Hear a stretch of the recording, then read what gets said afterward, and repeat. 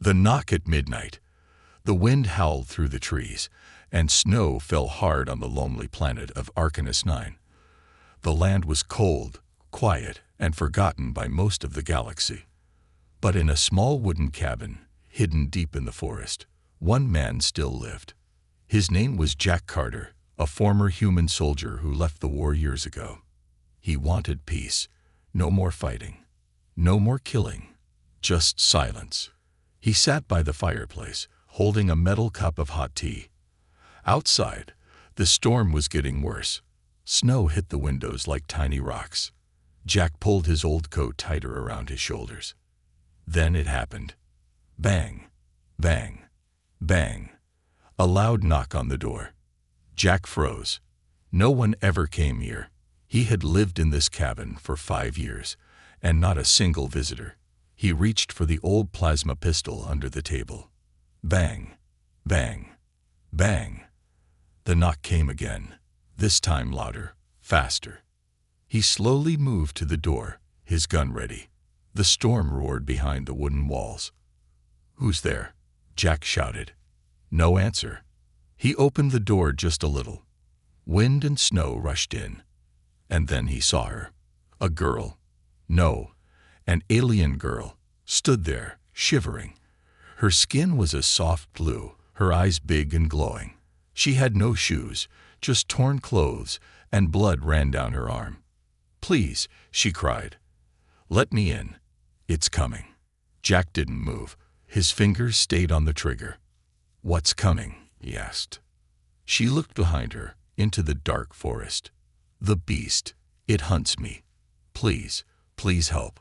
Suddenly, a deep, animal-like roar echoed from the trees. Roar. The ground shook slightly. Jack's heart pounded. That sound, it wasn't human. It wasn't from any animal he knew either. He looked at the girl again. She was crying now, her face full of fear. He had a choice: close the door or let her in. Jack made his decision. "Get in. Now," he said. She stumbled inside, and he shut the door quickly, locking it with a metal bar. The girl fell to her knees near the fireplace, holding her wounded arm.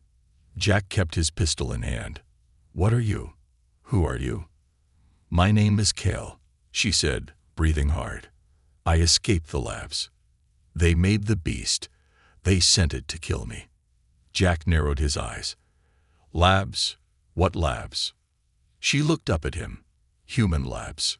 Silence filled the room for a moment. The only sound was the fire crackling. Jack had heard rumors. Secret human labs during the war. Places where they did things. Experiments. He didn't want to believe it, but now one of those experiments was sitting in his cabin. Outside, another roar shook the snow-covered trees. Jack moved to the window and peeked through the frosted glass. Something large moved between the trees. Too big to be human. Too fast to be a machine. And then, he saw them. Claw marks. Long, deep claw marks scratching across the outside of the window. It had found them. Jack stepped back. "That thing, it followed you here." Kale nodded slowly. "It won't stop until I'm dead. And now, it will come for you too." Jack looked at her. Her face was full of pain, but her eyes were honest. She wasn't lying. He turned off the lights and grabbed his old rifle from under the floorboards. "If this beast wants a fight," he said, loading the gun, then it came to the right place. Kale looked at him with surprise. "Why are you helping me?" Jack gave a small smile. "Because I've done enough running too." Outside, the beast let out one more roar, louder, closer, and full of rage. And inside the small cabin, a human and an alien girl prepared for a night of survival. The storm was only just beginning. The girl with the mark. The fire crackled softly as Kale sat on the cabin floor, holding her injured arm. Her skin was pale blue and glowing slightly near the wound. Jack watched her closely from across the room, his rifle resting in his lap. His eyes were sharp, trained to spot lies or traps. Years in the military had made him that way. Outside, the wind howled, but the beast had gone silent. That made Jack more nervous. "You need help with that cut," he said finally. Kale looked up, surprised. Her body was shaking. I can heal, just slowly. It's deeper than I thought." Jack stood and walked to a cabinet. He pulled out an old first aid kit and tossed it to her. "I don't trust you," he said. "But I don't like seeing people bleed either." She gave him a small nod. "Thank you." As Kale wrapped her wound, Jack noticed something strange, a faint, glowing mark just below her neck. It looked like a tattoo, shaped like a circle with lines through it, almost like a code. He stepped closer. "What's that?" Kale froze. Her hand instinctively went to cover it. "It's nothing." Jack raised his rifle a little. "That doesn't look like nothing." She sighed, then lowered her hand. "It's a tracking symbol. From the lab. They marked me when I was a child." Jack's jaw tightened. "You were born in the lab." Kale shook her head. "No, I was taken. My parents were scientists on a small moon colony. They were killed when I was 6. The military took me. Said I was special. Said they could make me stronger." Jack looked away, angry. He had heard whispers of such things during the war. Project Titan, secret programs, strange experiments, but he had never seen the results with his own eyes. Until now. Kale continued. "They changed my DNA, mixed it with others, gave me powers, but also pain. They trained me to fight, to kill. But when the project failed, they started cleaning up." Jack's eyes narrowed. "You mean killing the test subjects?" Kale nodded, her voice almost a whisper. "One by one. We tried to escape. I think I'm the last one left." Suddenly, a low growl echoed from outside. Jack rushed to the window, but the snow was too thick to see through. Kale stood too, her legs still weak. "It's waiting. It doesn't need sleep or food.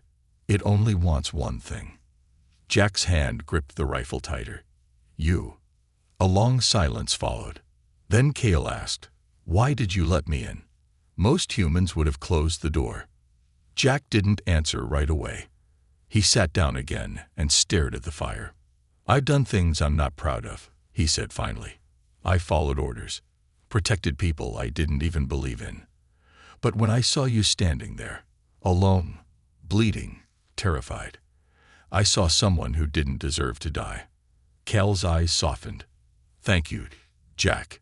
He looked at her. "I didn't tell you my name." She gave a small smile. "I heard it from your radio earlier. It was repeating. Jack Carter, offline." No response. Jack smirked. "Guess I need to fix that thing." Then a loud thud shook the wall. The fire jumped, and Kale gasped. Jack rushed to the door, gun ready.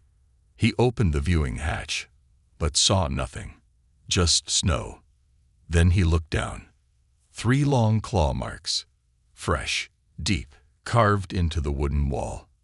The beast had been right there, watching them. He slammed the hatch shut and turned to Kale. "We need to leave. It's testing us, waiting for weakness." Kale looked tired. "There's nowhere safe. It always finds me." Jack's voice was firm. "Then we take the fight to it. I know a place, an old outpost a few miles from here, underground, full of old tech. Maybe we can find answers there. Maybe weapons." Kale hesitated. "We won't make it in this storm." Jack moved to the back of the cabin and pulled the tarp off an old snowbike. "Then we ride through it." Later that night, on the move, Jack started the snowbike. The engine coughed and roared to life. Kale climbed on behind him, her arms weakly wrapping around his chest. The forest around them was dark and cold. Trees stood like frozen soldiers. Snow whipped their faces, but they kept moving. Kale leaned in and whispered, "You don't even know me. Why risk your life?" Jack replied without turning his head, "Because I know what it feels like to be hunted. And because sometimes one life is worth saving, even if it's not human." Kale said nothing, but her grip tightened slightly. As they reached the ridge, the snow cleared for just a second, and Jack saw movement behind them. He stopped the bike and looked back. Nothing. Kale was breathing hard. It's close. Suddenly, a massive blur shot out of the trees, knocking them both off the bike. Jack rolled and fired his plasma rifle. A blast of blue energy lit the sky. The beast was huge, black, covered in thick armor-like skin, with red glowing eyes and long metal claws. Kale raised her hand and screamed. A burst of white light exploded from her palm, throwing the beast back. But only for a second. It stood again, wounded but not defeated. Jack grabbed Kale and ran toward a nearby cave. The beast chased them, snarling like a demon from a nightmare. Inside the cave, Jack turned and fired again. Kale used her powers to close the entrance with a wall of glowing crystal. Breathing hard, Jack looked at her. What was that? Kale, weak and shaking, said, a part of me they couldn't control. The beast breaks in. The cave was dark and cold, lit only by the soft glow of Kale's fading energy. She leaned against the rock wall, breathing hard. Her face was pale, her eyes heavy with pain. The glowing crystal barrier she created had sealed the entrance, for now. Jack paced near the back of the cave, his rifle ready. He didn't like being trapped. The beast was still out there. He could feel it. You used some kind of power, Jack said, watching her closely. That blast, it wasn't normal. Kale nodded slowly. It's part of what they gave me. Or maybe, what they unlocked. I don't know anymore. Jack crouched beside her. Can you do it again? Kale looked down at her hands. Not now. It drains me. If I push too hard, it could kill me.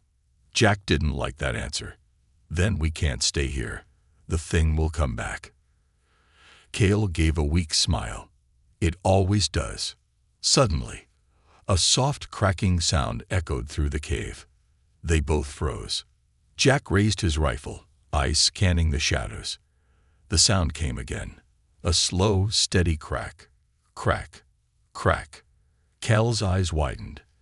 It's breaking through the crystal. Jack moved toward the barrier. A small part of the glowing wall was now covered in black smoke, melting like acid. The beast wasn't trying to break it with strength. It was corrupting it. Move, Jack shouted. Kale tried to stand but stumbled. Jack grabbed her arm and helped her up. They ran deeper into the cave, the beast's roars growing louder behind them. The cave battle. The tunnel opened into a larger chamber, filled with ancient rock and strange markings on the walls, alien symbols glowing faintly blue. This cave is old, Kale whispered, older than both of us. Jack didn't have time to ask. The crystal wall behind them exploded, sending shards flying. The beast stepped into the chamber. Now they could see it clearly, 8 feet tall, covered in black armor with metal lines running through its veins. Its face was like a skull, half machine, half muscle. One glowing red eye, the other hollow and empty.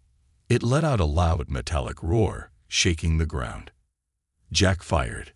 Blue plasma blasts slammed into the creature's chest. It stumbled, but didn't fall. Kale raised her hand, pushing out another light wave. But it fizzled. I'm too weak, she cried. Jack stood in front of her. Then I'll hold it off. The beast lunged. Jack dodged and shot again, hitting its leg. It roared in pain and swiped with its claw, ripping through Jack's coat and slicing his shoulder. He screamed but stayed standing. Over here, Kale yelled, throwing a rock to distract the beast.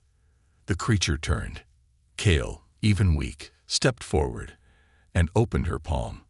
A tiny spark of light formed. Come on, she whispered. One last time. The spark grew into a small ball of energy. The beast roared and charged. Kale released the blast. It hit the beast's chest and sent it flying back into the wall. Rocks fell, dust filled the air, and for a moment, there was silence. Jack fell to one knee, holding his bleeding arm. Is it dead? Kale shook her head. No, just delayed. Jack looked at her. You said this cave is old. What is this place? She limped to the wall with the symbols. These symbols, they belong to an ancient alien race. The first ones. My people believe they were the guardians of life. I think this cave is a ruin, a safe place, once used to hide from hunters. Jack stood up, wincing. So we're in a graveyard. Kale looked at him. No, we're in a memory, and maybe a weapon. The truth in the mark. As they rested, Kale asked to see Jack's shoulder. He sat down, and she gently touched the wound. A soft blue light flowed from her fingers, stopping the bleeding. You're not like other humans, she said softly. Jack gave a tired laugh. No, I'm worse. I used to protect the people who built that thing. Kale looked down. You didn't know. I should have, Jack replied. Back during the war, I guarded a base called Black Star. We were told it was for advanced research. We never saw the labs. Never questioned it. Just followed orders. Kale's eyes grew wide. Black Star, that's where I escaped from. Jack's heart dropped. Then we've met before. I didn't even know. She nodded. You didn't hurt us. In fact, the night I escaped, someone opened a back gate. Only for a few seconds. I always wondered who did it. Jack looked at her. I don't remember. But maybe that was me. Kale smiled. Then you saved me twice. The message in the armor. Later, Jack walked back to the chamber where the beast had fallen. The rocks had buried it, but part of its armor was still visible. He kicked it loose and found something strange. A small chip, blinking red. Jack picked it up and turned it over. His stomach dropped. The chip had a serial number. He remembered those numbers. They were used by Project Titan, a secret Black Ops program meant to create hybrid super soldiers using alien DNA. And worse, this chip had his unit ID on it. He walked back slowly. Kale saw the look on his face. What is it? Jack showed her the chip. This beast, it used to be human. One of us. Someone from my squad. Kale covered her mouth. They turned your people into hunters. Jack nodded. They didn't just destroy your kind. They destroyed mine too. The beast awakens. Just then, a massive crash came from behind. The rocks shifted. The beast was alive. But now, it was speaking. You left me, Jack. Jack's blood froze. The beast stepped out, dragging one leg. Its voice was broken, metallic, but familiar. Do you remember me? Jack stared. The voice, it was Lewis. Sergeant Lewis. His friend. His teammate. No, it can't be. I followed orders. I trusted them. And they made me this. Kale stepped between them. Jack, don't listen. He's not the same. But Lewis raised his head. She is the cure. Her blood can stop the mutation. Kale stepped back in horror. What? The beast growled. Give her to me, or I burn this world. Jack raised his rifle. Not a chance. The truth about Project Titan. Jack couldn't breathe. The monster standing in front of him, this half-living, half-machine creature with red eyes and metal claws, was once his teammate. Sergeant Lewis, a man Jack had trained with, fought with, trusted. Now he was twisted, broken, and filled with rage. You left me, Lewis growled, his voice full of pain and hate. We followed orders, Jack. We did everything they told us. And what did we get? They turned me into this. Jack stood in front of Kale, shielding her with his body. I didn't know, Lewis. I swear. I thought you were killed in action. Lewis stepped forward, dragging a damaged leg. I was. Then they brought me back. Piece by piece. Muscle, metal, poison, pain. Kale whispered, trembling. He's not just angry. He's suffering. Jack didn't lower his rifle. What do you want from us? The beast's glowing eye locked onto Kale. Her blood. Her DNA. It can stop the rot inside me. Inside all of us. All of who? Jack asked. Lewis pointed toward the sky. There are more. Dozens, maybe hundreds, failed hybrids. Soldiers, forgotten in dark cages. Some are dead. Some are monsters. All of us are dying. Jack felt like the air had turned to ice. Project Titan was never shut down, Lewis said. They just buried it. Buried us. Cal's hands began to glow faintly. If I give you my blood, will you stop hunting me? Lewis hesitated. His jaw twitched. They'll keep sending more. If I don't take you, someone else will. Cale looked at Jack. What do we do? Jack made his choice. We go to the outpost, he said. We find the data, the truth, and we expose it to the galaxy. Lewis roared. You can't stop them. Jack's eyes narrowed. Watch me. He fired. The blast hit Lewis in the shoulder. Kel raised her hand and shot out a beam of white light, blinding the creature for just a moment. Run, Jack shouted. They bolted down the tunnel, leaving the beast screaming behind them. Hours later, the snow and the past. The storm had calmed. The night sky above Arcanus 9 was filled with stars. Jack and Cale moved carefully through the forest, staying low, watching the shadows. Cale was weak, leaning on Jack as they walked. Why do you believe me? She asked. Jack glanced at her. Because I used to believe in lies. Now I know what truth looks like. Cale gave a sad smile. You're the first human who didn't try to use me.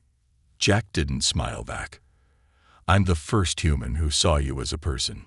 The outpost. They'd reached it just before dawn. It was a large metal dome, half buried in snow. The entrance was rusted, but still functional. Jack entered a code. The door hissed open. Inside, the air was dry and still. Dust floated in the beams of Cal's light. Welcome to Outpost 9, Jack said. I guarded this place for 2 years. Never knew what was really down here. Cale looked around. Now we find out. They walked through the silent corridors, past broken machines and empty labs. Then Jack stopped. A heavy steel door marked Project Titan, Level 3 Clearance Alloy. He pulled out a metal card from his coat. Let's hope this still works. The door scanned the card, CLIC, and slid open. Inside was darkness. Cale lit the room with her hand. Rows of broken tubes lined the walls. Some still held bones. Others had scratch marks inside, like something had been alive, and tried to escape. Cale turned away, sickened. Jack stepped forward. He found a console covered in dust and wires. He wiped the screen and powered it on. A hologram appeared. An old recording. The recording. A man in a white coat appeared. Cold eyes. Military haircut. This is Dr. Alan Riker, lead scientist on Project Titan. Day 342. Jack's fists clenched. He remembered Riker. We have successfully merged alien DNA with human subjects. The Kale-class hybrids are showing strong results. Energy resistance, regeneration, and psychic development. The recording paused. A new clip began. Subject K7 has escaped containment. She was last seen near Outpost 9. We believe she holds the key to reversing cellular decay in Titan soldiers. Another clip. Command has ordered full termination of Kale-class assets. No survivors. Cale turned away, tears in her eyes. Jack whispered, they were never trying to help anyone, just build weapons. He typed quickly and downloaded all the data onto a small drive. This is enough, he said. This can take them down. The final file. Then one last file appeared, one that made Jack stop. It showed a list. Titan soldiers. Status. Failed. Then, his name. Jack Carter, project monitor / clearance level. Witness. Cale saw it. You were part of the team. Jack stared at the screen. I didn't know. But I was there. I guarded the labs. I saw the transports. I ignored the screams. He backed away, shaking. I was part of it. Cale stood in front of him. You were also the man who let me in, who fought for me, who bled for me. That's who you are now. Jack looked into her eyes. And for the first time in years, he believed in something again. Not alone. Suddenly, the console flashed red. Warning. Unauthorized access detected. Jack grabbed the drive. We have to go. They're coming. Outside, engines roared. From above, dropships began to descend. Soldiers in black armor poured out, faces hidden, weapons ready. Looks like the government found us, Jack said. Cal's eyes glowed. Then we fight. They ran toward the back exit. As they reached the surface, a voice called out from a loudspeaker.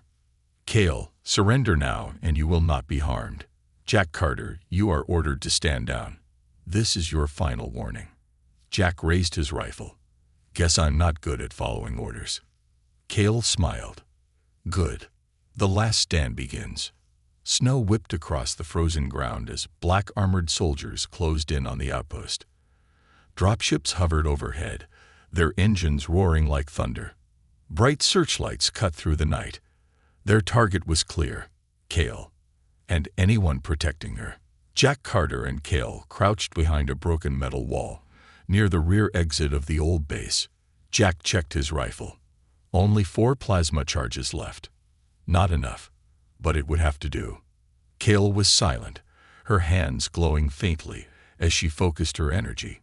Her face was pale, but her eyes were filled with fire. We don't have many choices, Jack whispered. They're everywhere. Cale looked up at him. Then we stop running. Jack stared at her. You sure about this? She nodded. I'm tired of hiding. If they take me now, it's over. For me, for all the others like me. He looked into her glowing eyes. Then we make our stand here. The first wave. The soldiers moved in formation. Silent. Cold. Perfect. The kind trained not to ask questions. Just shoot. Team 1, move in from the south side. Team 2, breach the rear entrance. Jack watched them through the scope of his rifle. They're splitting up. He tossed Cale a small device. Flash charge. Use it when they're close. I'll draw them out.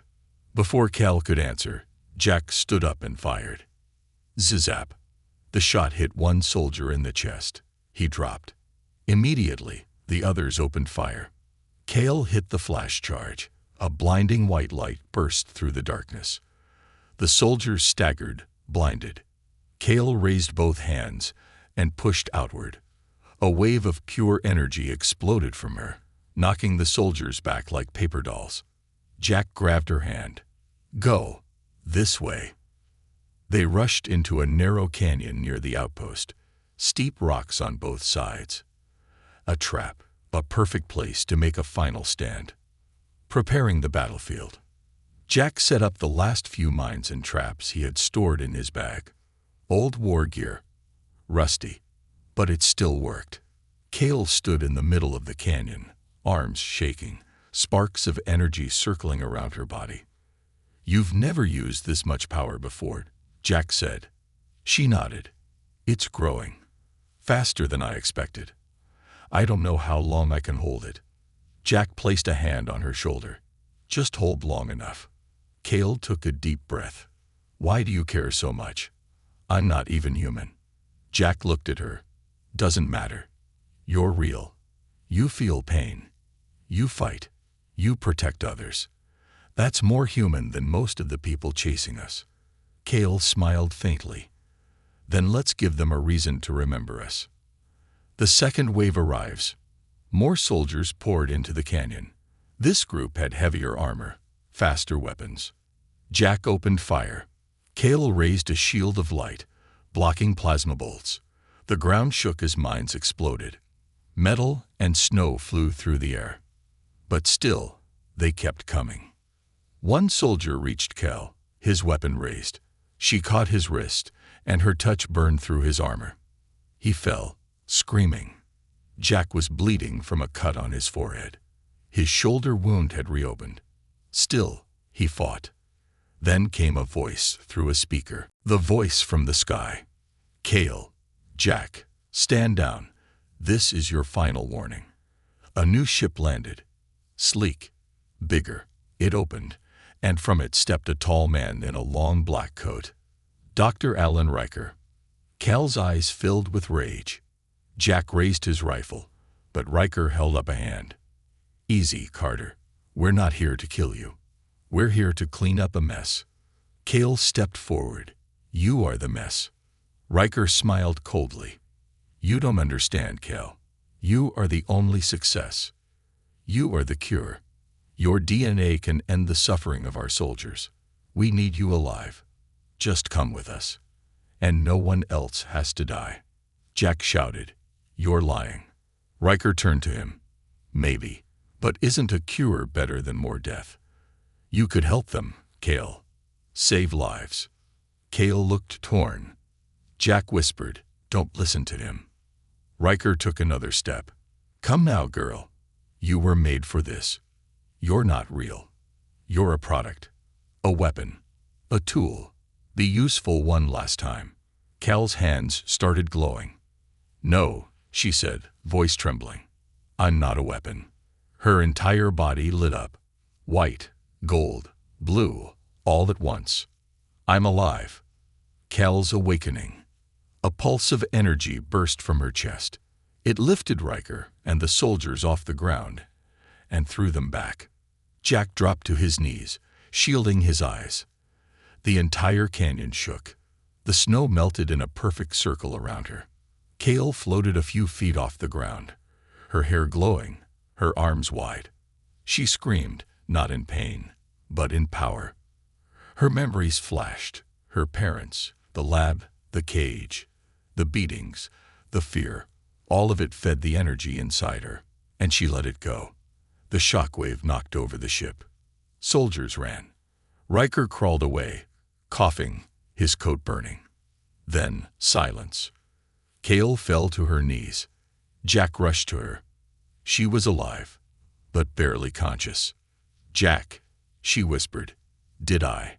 Stop them. Jack held her tightly. You did. You really did. The message. He pulled the drive from his coat, the one with the Titan files. He walked over to a damaged communication tower on the hill and connected the drive. He found the broadcast link. Then, with shaking hands, he hit send. The data began uploading to satellites, space stations, news channels across the galaxy. The truth was out. The aftermath. By morning, the soldiers were gone. Riker had vanished, but his program was dead. Across the galaxy, people saw the files. Videos of Cal's escape, recordings of tortured soldiers, evidence of what humanity had done. Protests began. Investigations opened.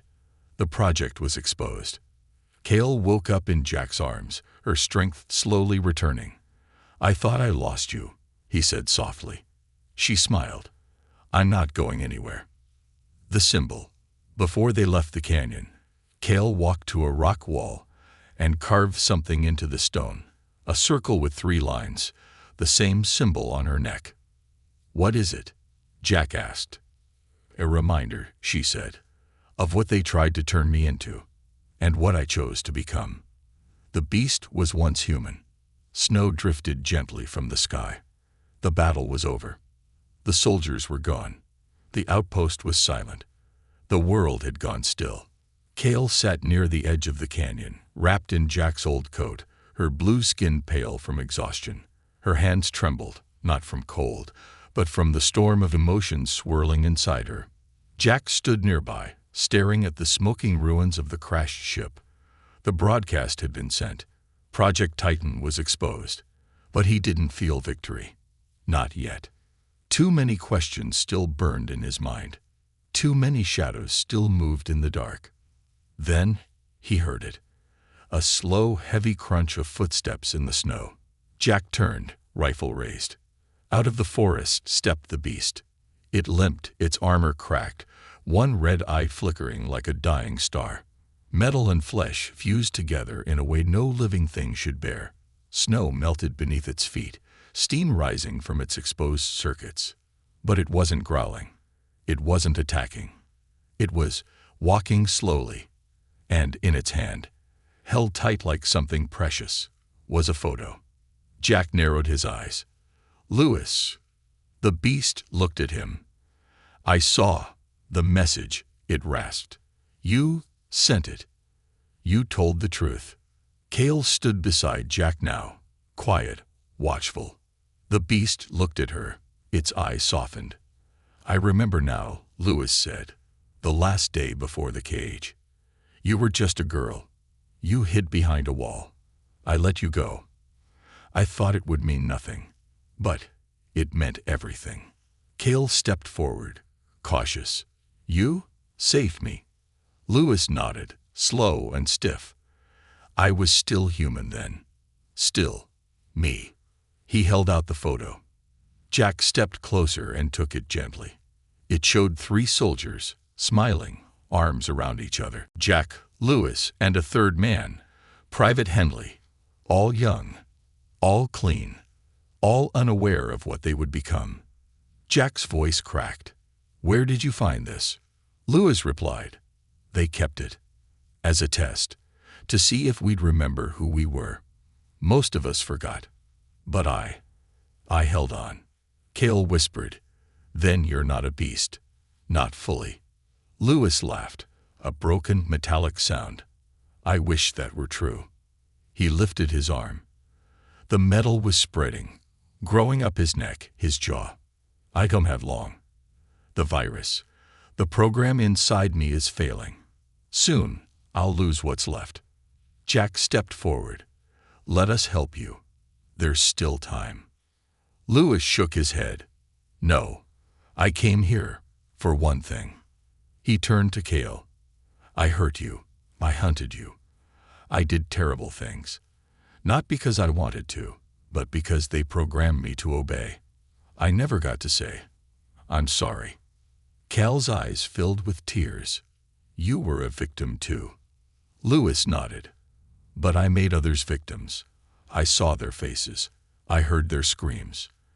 And now, I just want to do one thing right." He dropped to one knee.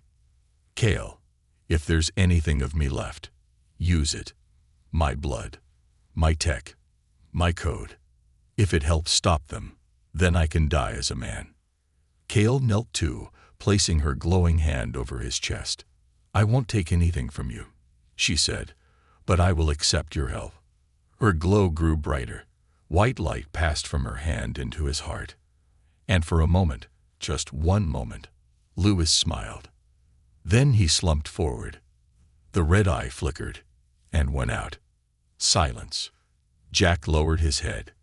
"He was my brother," he said softly.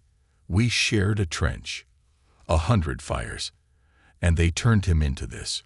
Cale placed a hand on Jack's arm. "He chose to remember.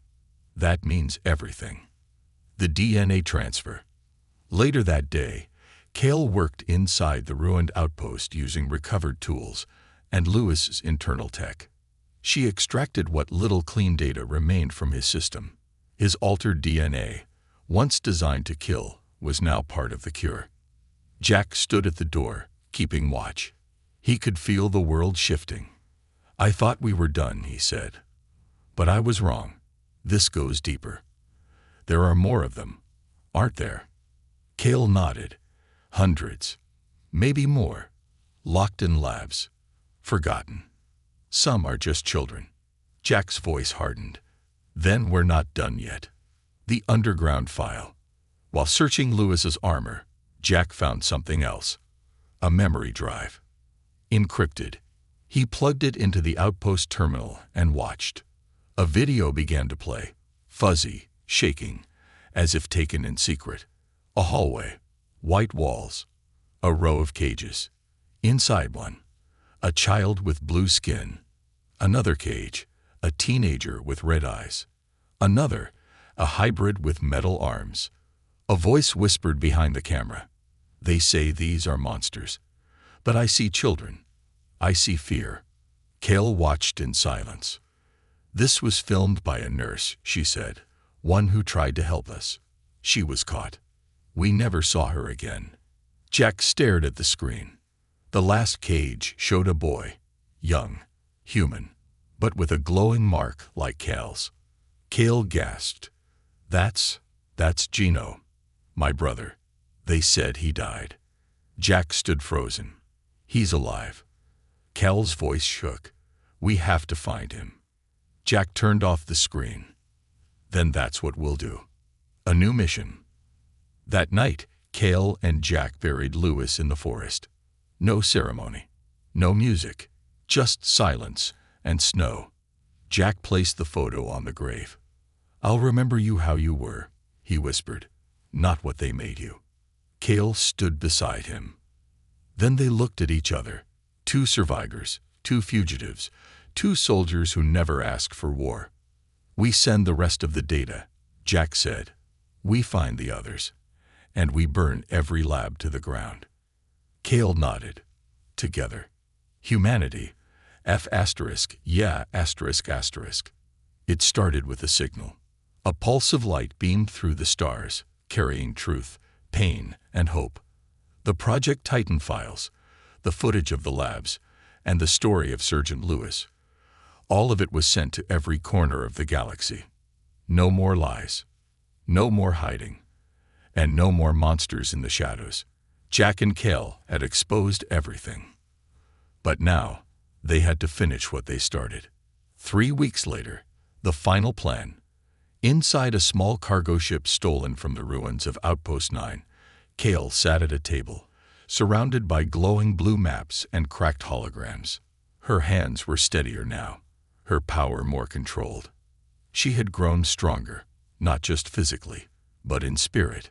Jack entered, carrying a bag of supplies and 2 cups of strong black coffee. Any news? He asked. Kale nodded. The last lab is real. Deep space. No name. No coordinates on normal maps.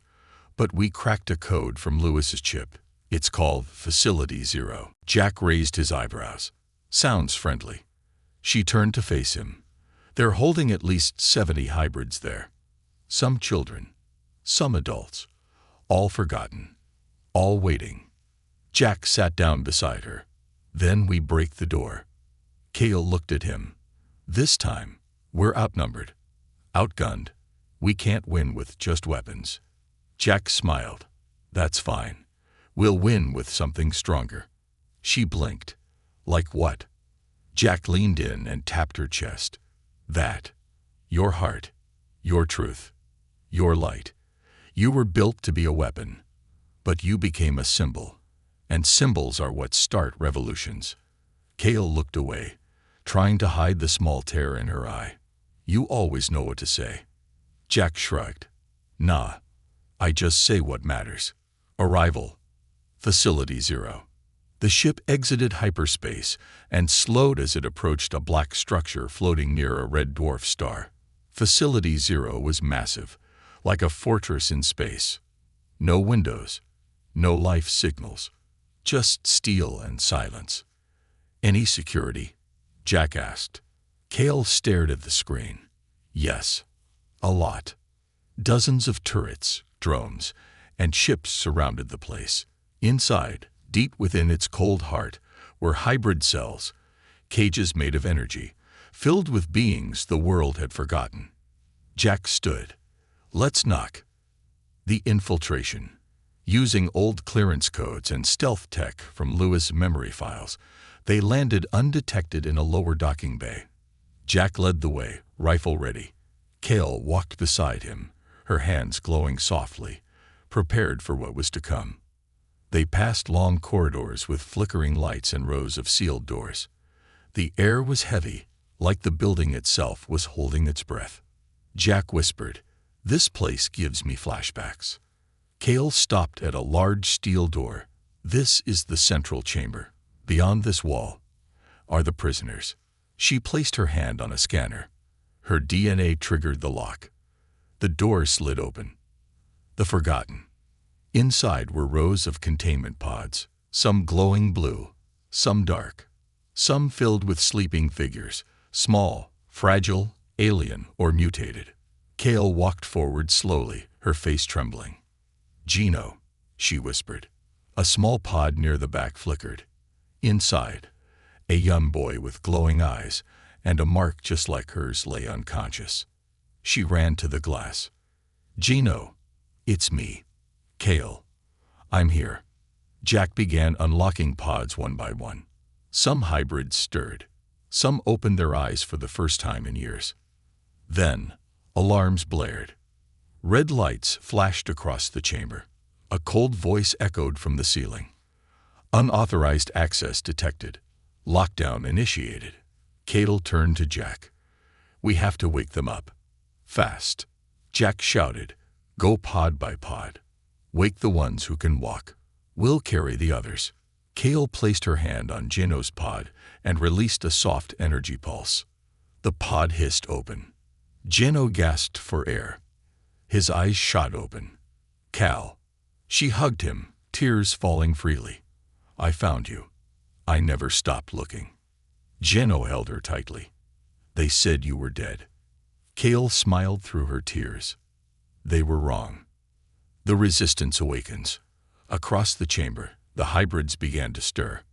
A girl with silver hair and shadow powers. A boy with fire in his veins. Twins with the ability to bend gravity. They stood, weak but ready. Afraid, but not alone. Jack stood on a crate. "My name is Jack Carter. I'm human, and I used to guard places like this. But I've learned something important." He looked around at all the scared, silent faces. "They called you weapons, experiments, mistakes. But you're none of those things. You're people. And now we fight for each other." Kale stepped beside him. Her voice echoed. "We don't run anymore. We don't hide. We stand. Together." A hybrid boy raised his hand. "What if they come back?" Cal's hands lit up. "Then we show them who we really are." The final battle. The facility shook as military dropships arrived. Soldiers in black armor stormed in from all sides. But this time, the hybrids didn't run. They stood side by side with Jack and Kale. A fire hybrid unleashed a wall of flames. A shadow girl melted into the darkness, disabling turrets. Gino created force fields to protect the younger ones. And Kale rose above them all, her body shining like a sun, unleashing waves of light that blinded, shielded, and healed. Jack led the charge. He wasn't the strongest. He wasn't fast. But he was human, and he fought like hell. They battled in the halls, the hangars, the skies. And then Riker appeared. The final confrontation. Dr. Alan Riker stepped out of a command ship, calm and proud. He stared at Kale. "You've ruined everything," he said. "We could have changed the world." Kale floated down, eyes glowing. "You did change it. Into a nightmare." Riker raised a weapon. "Then I'll end you myself." Jack stepped in front of her. "Not today." Riker fired. Kale raised a wall of light, blocking the blast. Gino sent a shockwave that knocked Riker off his feet. And Jack walked forward, picked up Riker's own gun, and said, "This is for Lewis." He fired. Freedom. With Riker defeated and the command center taken, the facility's systems shut down. The hybrids were free. The galaxy had seen everything. Support poured in. Aid, justice, change. Kale stood at the top of the facility, watching the stars. Jack joined her. "It's over," she said softly. Jack nodded. "No, it's just beginning." The legacy. Months later, Kale stood before a council of worlds, giving her story. She wasn't just the girl who escaped. She was the voice of the forgotten, the protector of the hybrids. And Jack. He became the first human ambassador to the new hybrid alliance, a bridge between species, a man once lost, now a symbol of hope. Together, they built something new. Not a lab, not a cage, but a home. For everyone. Final scene. Kale walked alone one evening through the forest of Arcanus 9, where it all began. She reached a small grave. Lewis, she placed a hand on the stone. They called you a monster, but you remembered who you were. She smiled. And so did we. She looked to the stars. Free. Alive. Whole. They tried to build a weapon. They created a revolution. And when the time came, humanity said, F***, yeah. ***.